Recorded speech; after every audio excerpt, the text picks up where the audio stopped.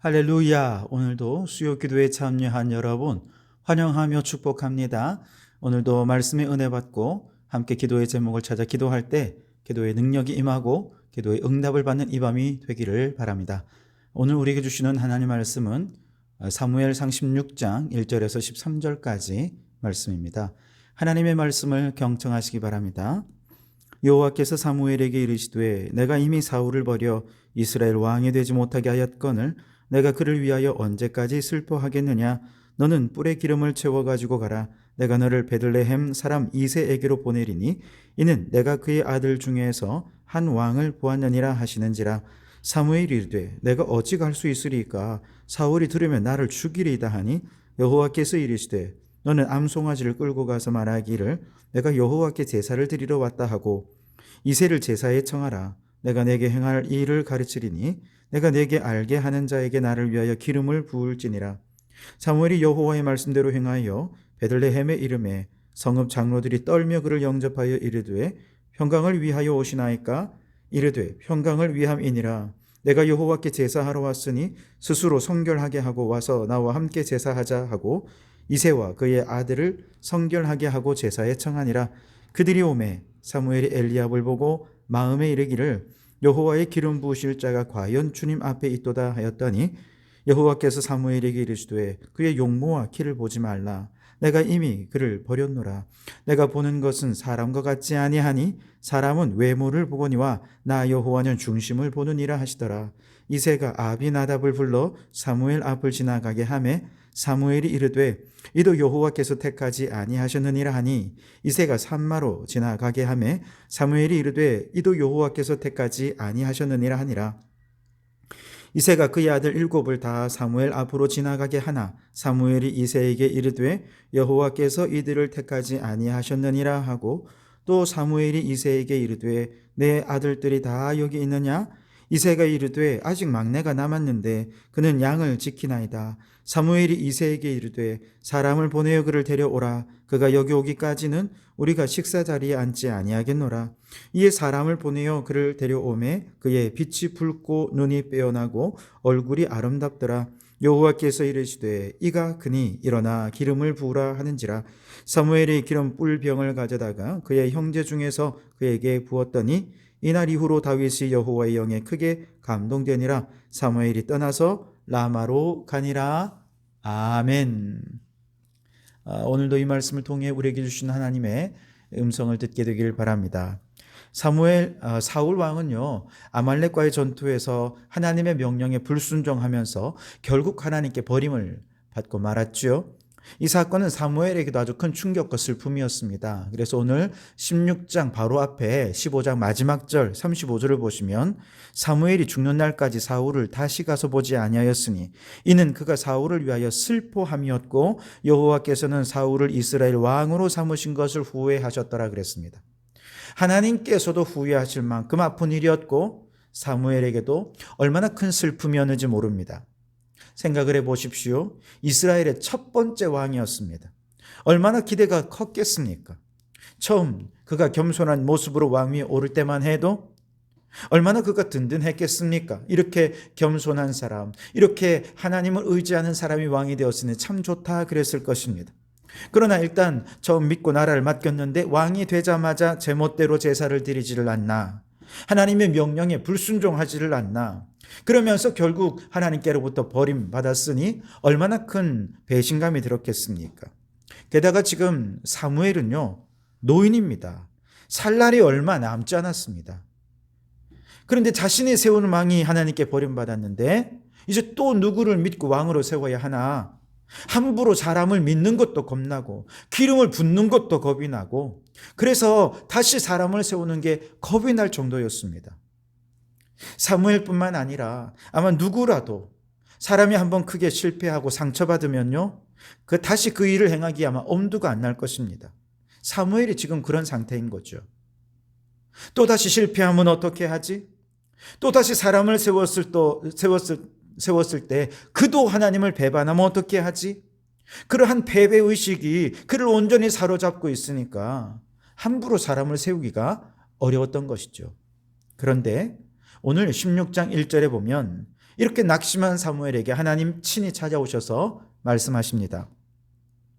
여호와께서 사무엘에게 이르시되 내가 이미 사울을 버려 이스라엘 왕이 되지 못하게 하였거늘 내가 그를 위하여 언제까지 슬퍼하겠느냐.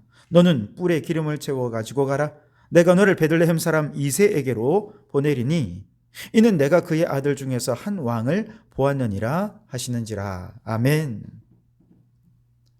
여러분, 이렇게 낙심해 있고 좌절해 있고 실패해 있는 사무엘에게 하나님께서 직접 찾아와 주셔서 다시 일어나라는 것입니다.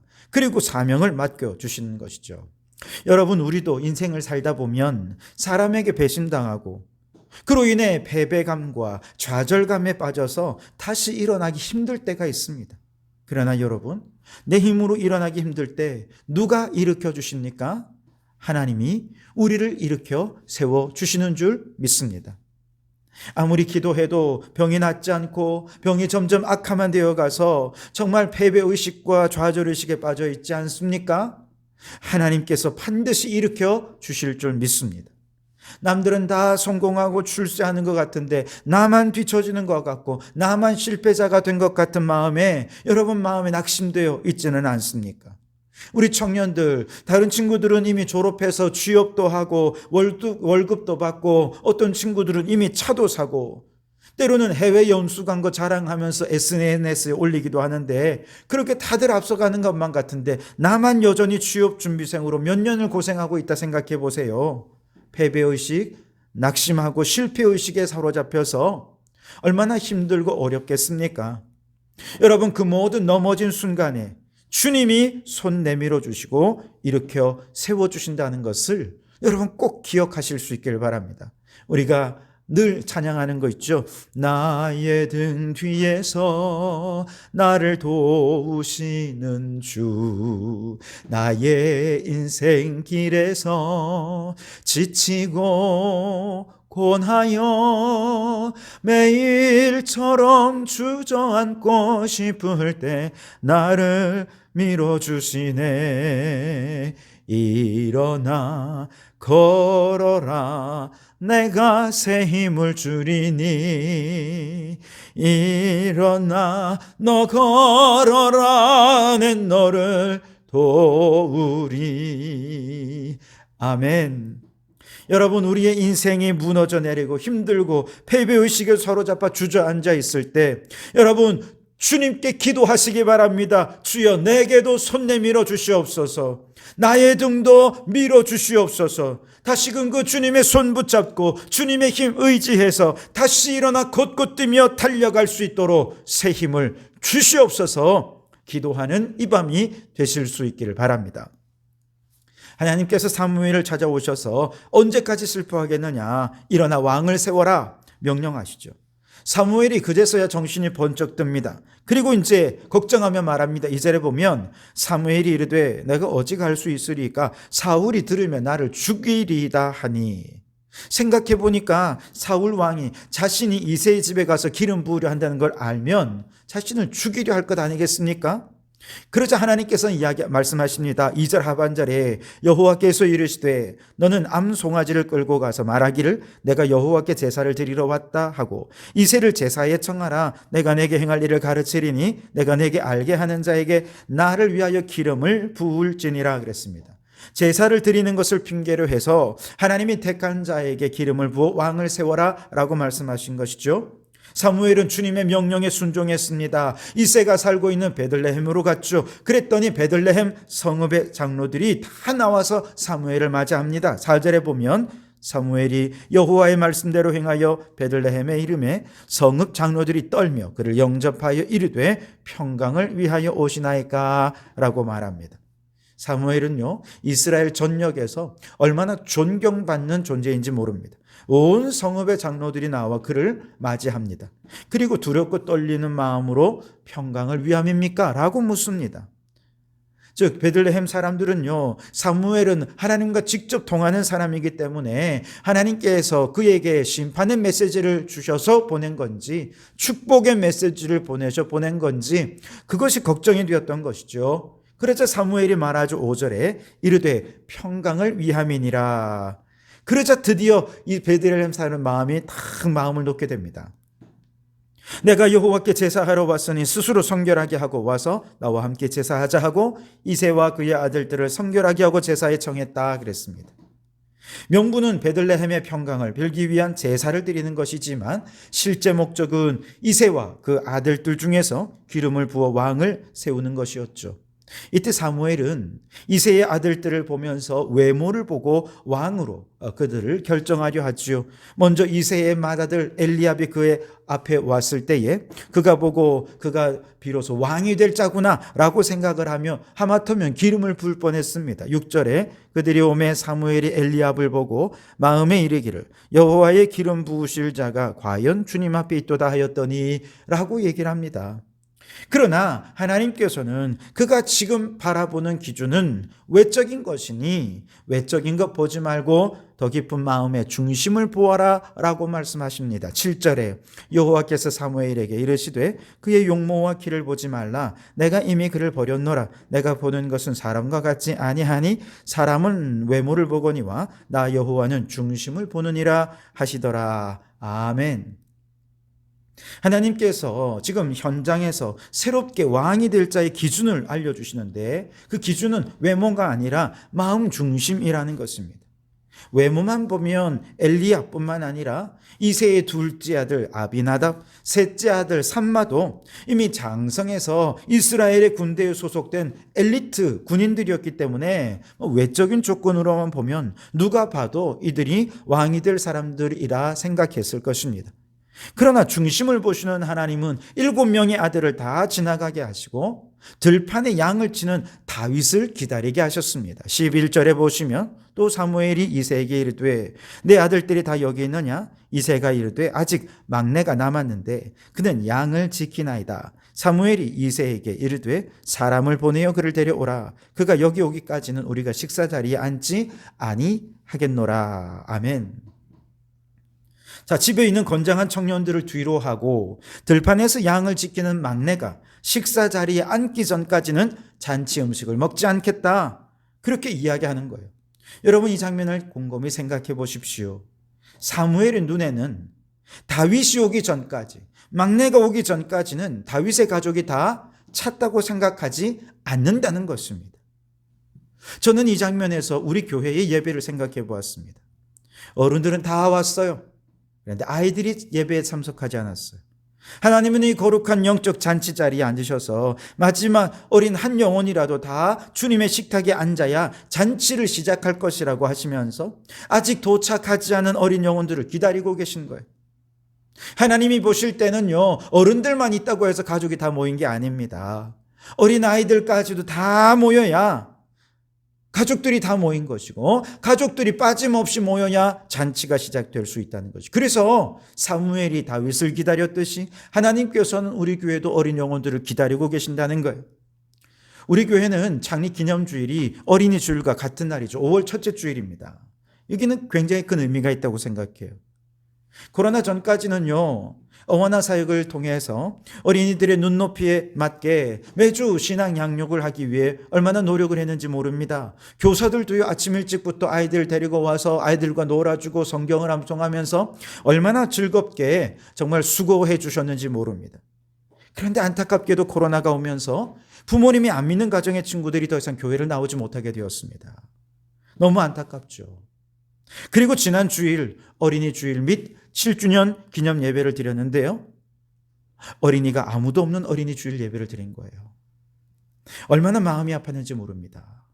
물론 우리 교회에 출석하는 어린이들이 각 가정에 사정이 있어서 함께 교회를 나오지 못했기 때문에 그랬기도 했지만, 그러나 저는 그 예배를 드리면서 제 마음에 그 위기감이 있었습니다. 이대로 가다가 큰일 나겠다. 말로만 듣던 주일학교가 없는 교회가 우리 교회가 되겠구나. 엄청난 위기감에 섬찟한 마음까지 들었습니다. 그리고 오늘 말씀을 다시 묵상하면서 그렇구나, 하나님께서는 주일마다 거룩한 천국 잔치를 베푸시고 아이들이 참여하는 채 어른들끼리만 예배 드리는 모습 보면서 사무엘이 다윗을 기다리듯이 막내가 오기 전까지 어린 영혼들이 다 차기까지 잔치상 위에 아무것도 먹지 않겠다 말씀하시면서 어린 영혼들을 지금도 기다리고 계시지 않을까, 그런 생각이 들었습니다. 들판에 있는 다윗을 생각해 보십시오. 숨이 턱에 닿는 심부름꾼이 초원지대에 갑자기 모습을 드러내더니 다윗에게 말합니다. 사무엘 선지자가 와서 제사와 잔치가 시작되었는데 그 위대한 선지자께서 가장 어리고 막내인 목동 다윗, 당신을 지금 손님으로 초대되기 전까지는 음식을 먹지 않겠다고 당신을 기다리고 있다라고. 그 소식을 전하자 다윗은 얼마나 당황스러웠겠습니까? 아니 내가 뭐라고? 그 위대한 선지자가 나를 찾는다고? 나 때문에 잔치가 지금 중단되었다고? 이런 대접을 한 번도 받아본 적이 없거든요. 그러나 얼마나 기뻤을까요? 지금까지 집에 있어도 그냥 있어도 그만, 없어도 그만, 없으면 혼나고 있으면 나가 심부름시키는 그게 다윗이었는데 사무엘의 눈에는 그 다윗이 오기 전까지는 다윗의 가족이 다 찼다고 보지 않는다는 것입니다. 그 얘기를 듣고 다윗이 마음에 흥분되어서 막 집으로 달려갔습니다. 그리고 문을 열고 다윗이 들어오는데 사무엘이 그를 보니 12절 말씀에 그의 빛이 붉고 눈이 빼어나고 얼굴이 아름답더라 그랬습니다. 이것은 단순히 외모를 말하는 것이 아닙니다. 엘리압처럼 강인한 체력을 갖고 있지 못했지만 태양에 그을린 그의 붉은 피부빛, 반짝이는 눈빛, 그리고 선지자 앞에서는 두렵고 떨림으로 겸손히 상기된 얼굴을 가진 그 모든 것 속에 사무엘은 베들레헴을 볼 수 있었습니다. 다윗이 양을 치던 베들레헴의 들판은 그 모든 베들레헴 들판의 대자연은 다윗에게는 유모이자 친구이자 선생님이었습니다. 베들레헴은 예루살렘 남쪽으로 한 10km 정도 떨어진 곳에 헤브론으로 이어지는 대로변에 자리를 잡고 있습니다. 베들레헴은 지중해 해발 600m 높이로 길게 형성된 회색빛 산등성이 동북쪽에 위치해 있고요. 동쪽에는 깊은 계곡이 있습니다. 산등성이와 계곡은 동쪽으로 조금 떨어진 곳에서 합세해서 사해로 이르기까지 흘러가게 되는데요. 이 언덕의 완만한 비탈에는 무화과 나무, 감람나무, 포도나무들이 자라고 있고 밑으로 계곡으로는 다윗의 외할머니 루지 과거에 이삭을 주었던 비옥한 옥수수밭이 펼쳐져 있습니다. 그러나 또한 조금만 벗어난 베들레헴 둘레의 황야 지역은 얼마나 거칠고 황량하고 억센 풍경인지 모릅니다. 산등성이와 계곡, 비옥한 땅과 거친 황야지대. 여러분, 이 모든 대자연은 다윗의 어린 시절 그의 영성을 형성한 신앙의 학교이자 신앙의 선생님이요 신앙의 영적 젖줄기를 베풀어주는 유모이기도 했습니다. 다윗은 바로 그 대자연 속에서 하나님을 예배했고 하나님의 도우심으로 양들을 지켜내었던 믿음을 기르는 곳이었습니다. 그의 시적 감성으로 그는 대자연 속에 창조주 하나님을 찬양하며 노래하고 시를 지었습니다. 말 못하는 짐승들이 목자를 따르는 모습을 보면서 목자 되신 여호와 하나님으로 인해 내 잔이 넘치나이다, 내게 부족함이 없습니다 라고 고백하는 풍부한 영성을 지닌 사람으로 성장해 온 것이죠. 이처럼 대자연 속에서 그 영이 하나님을 향해 활짝 열려있던 다윗이 선지자가 기다리는 집으로 헐레벌떡 뛰어 들어왔을 때 하나님은 사무엘에게 말씀하십니다. 이가 그니 일어나 기름을 부으라. 사무엘은 그 명령에 순종해서 다윗에게 기름을 붓고 그를 왕으로 세웁니다. 그리고 여호와의 영이 그때부터 그에게 강력하게 임재하셔서 하나님으로부터 보호함을 받는 자가 될 수 있었던 것이죠. 여러분, 오늘 이 말씀에서 우리가 기도해야 할 두 가지 큰 제목이 있습니다. 우선 주님은 어린 영혼들이 주님의 잔치에 참여하기 전에는 성도교회의 가족이 다 찼다라고 생각하지 않으신다는 것입니다. 그래서 여러분, 이번 성령 강림 주일에는 어른들뿐만 아니라 어린이들도 우리 성도교회를 다녔지만 과거에 다녔지만 코로나 이후 교회를 더 이상 나오지 않는 우리 어린 친구들도 다시금 주님께로 초청해서 성도교회 가족들이 다 와서 주님 풍성한 천국 잔치가 벌어지게 해 주십시오. 함께 기도하는 이 밤이 되었으면 좋겠습니다. 둘째로 기도해야 될 것은요, 우리의 자녀들이 대자연 속에서 그 영이 하나님께 활짝 열려있는 다윗 같은 자녀들이 되게 하려고 하나님을 글로만 배우지 말고 자연 속에서 하나님의 위대하심을 배우고 하나님의 창조를 찬양하고 목자 되신 하나님을 고백할 줄 아는 풍부한 영성을 지닌 다윗 같은 자녀들이 되게 해달라고 그리고 우리 성도교회가 그런 자녀들을 풍성하게 양육하게 해달라고 함께 기도하는 우리 성도들이 되실 수 있기를 바랍니다. 이처럼 무너진 인생을 일으켜 세워달라고 우리의 자녀들이 우리의 가족으로 인정받고 우리의 자녀들이 그 중심에 하나님을 찬양하는, 하나님을 향해 그 영이 열려있는 자녀들이 되게 해달라고 기도하고 그렇게 응답받는 이 밤이 되기를 주님의 이름으로 축원합니다. 기도하겠습니다.